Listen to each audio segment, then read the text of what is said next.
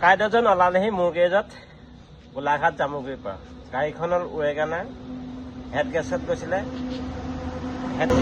আৰু মবিল বেছি হৈ গ'ল। দেখাই লৈছো মবিলত যদি পানী আহে এনেকুৱা বগা হৈ যাব। যদি আপোনালোকে প্ৰথমতে ইঞ্জিন একো নোখোলা আগতে এবাৰ চেক কৰিব, এই কেপটোত বগা পৰি যাব। তেনেকৈ বগা পৰি গ'ল অৰ্থাৎ মবিলে পানীয়ে মিক্স হৈ গ'ল।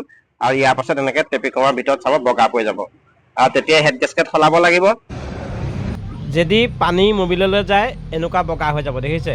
এয়া হ'ল মবিল, অৰ্থাৎ পানী সংমিশ্ৰণ হোৱাৰ কাৰণে এনেকুৱা হ'ল। আৰু ইয়াত দেখাই দিছোঁ ইয়াত কিমান চেম্বাৰত চাওক কিমান কেনেকুৱা হৈছে চেম্বাৰখনত। আৰু এনেকৈ পানীত হ'লে লাইনাৰটো বেয়া হৈ যায়।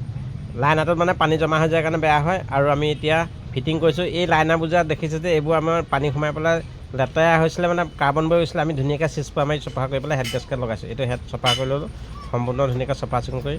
তো আমাৰ গাড়ী ষ্টাৰ্ট দিলোঁ। এইখন যিখন গাড়ী আমাৰ গ'লে আহিছিলে ৱেগানাৰখন, পানী সোমাইছিলে, চেম্বাৰ টেম্বাৰ সকলোবোৰ ফিটিং কৰাৰ পাছত ষ্টাৰ্ট দিলোঁ। 2 লিটাৰ মবিল সোমাই এয়া মবিল। আমি সেয়া মবিল আকৌ ডাউন দিলোঁ।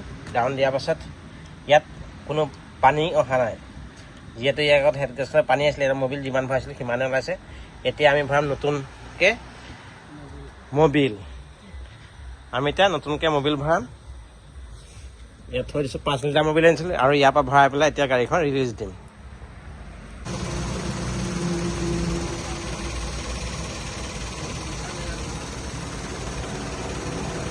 ককাইদেউজন ঘৰ গোলাঘাট জামুগুৰি, গাড়ীখন হ'ল ৱেগানাৰ আৰু পানী বেছি হৈ গৈছিলে মানে মবিলত। মানে কথাটো হ'ল হেড গেছকেট হৈছিলে।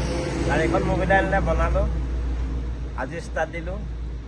আৰু কেতিয়াবা যদি আপোনালোকৰ তেনেকৈ হেড গেছকেট যায় বেছি দিন থৈ নিদিব, কাৰণ পিষ্টনৰ ওপৰত মবিল হৈ গৈছিলে, মানে পানী হৈ গৈছিলে, লাইনাৰবোৰ মামৈ ধৰিছিলে। মই সেইটো কৰি দিলোঁ কম খৰচত। ককাইদেউ গম পায় নাই? আপোনাৰ ৰিং চেঞ্জ নকৰিলোঁ আৰু কম খৰচত কৰিলোঁ। যিহেতু ককাইদেউজন অসুখীয়া, মানে ভালকৈ খোজকাঢ়িব নোৱাৰে, মানে অৰ্থাৎ কিবা এটা হৈছিলে।